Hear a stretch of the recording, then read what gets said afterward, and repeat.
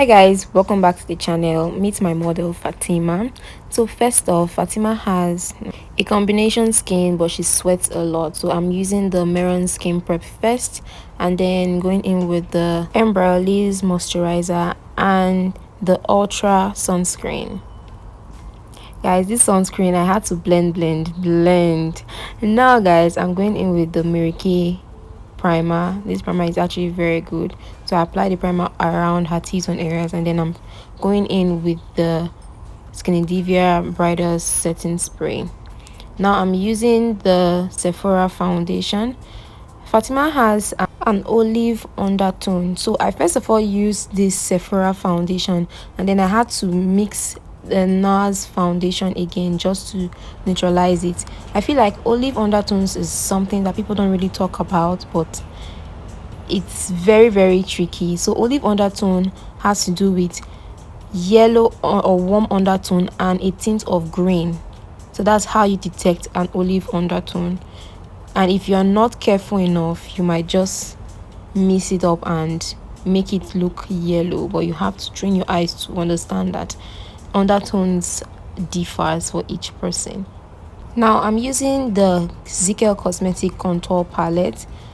After blending my contour, I'm going to be using the MAC Liquid Pro Longwear Concealer underneath the eyes.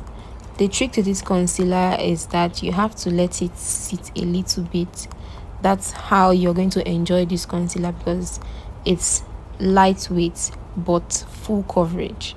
I don't know if you understand what I mean. So first off, you have to blend other areas and then allow the bottom eyes, that is the area close to the eyes, to just sit first, so to be able to build enough coverage before you blend that area.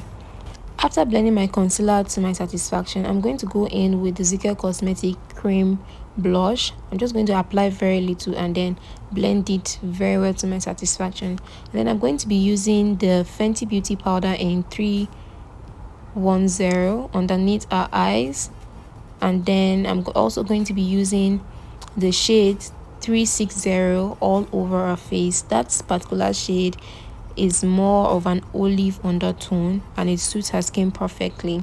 Now I'm using the shade 420 as my contour or bronzing shade to warm up her face a little bit. So the idea of this look is just a seamless look, but I want it to really stand out. So I'm not going to really go deep with the bronzing or contour. And then I'm using the Beauty Bay blush, my favorite blush, and now I'm using the Huda Beauty setting powder just to set her under eyes and all other areas that needs to be set. I'm using the shade Cupcake. As you can see, I'm really pressing this powder in, so you can either use your brush or a powder puff to apply this. And then I'm just creating structure on the face. As I'm creating the structure, I'm also blending because I don't want harsh lines at all or any contour lines showing. I don't want that. Now I'm using the ZK Cosmetics brow gel and then I'm just applying the setting powder to mattify and dry out any form of shine on the brows. Now I'm using my Davis pencil to outline and then fill in the brows like I would normally do. Once I'm done filling the brows, I'm going to be using the same foundation and concealer shade I used to outline and define the brows very well. So starting with the foundation I used at the beginning and then using the concealer shade for the remaining part of the brows so it can stand out very well. Now after blending the concealer, I'm going to be using the setting powder to dry up that area, that is the bottom eyes. And then now I'm going to be going in with the Maron Clown White. So you can either use an eyeshadow base or a good concealer for this process, whichever one works perfectly. Now I'm using the ZK Cosmetics eyeshadow palette. Now first of all, I'm going to go in with a soft brown shade and then transition with a deeper brown, and then now I'm going to be going in with a black eyeshadow from that same palette. Now I got this liquid pigment from Amazon. It's very good. And then I'm just going to be using it as a base, not necessarily because I want to use it, but I figured that I can use it as a base underneath my loose pigment, although it can stand and work on its own, but I choose to use the looser pigment, which is very nice. This liquid pigment really helped because I didn't have any fallout at all compared to when I just use a normal glue and then I'm applying pigment on the eye. So that was actually what I was trying to avoid.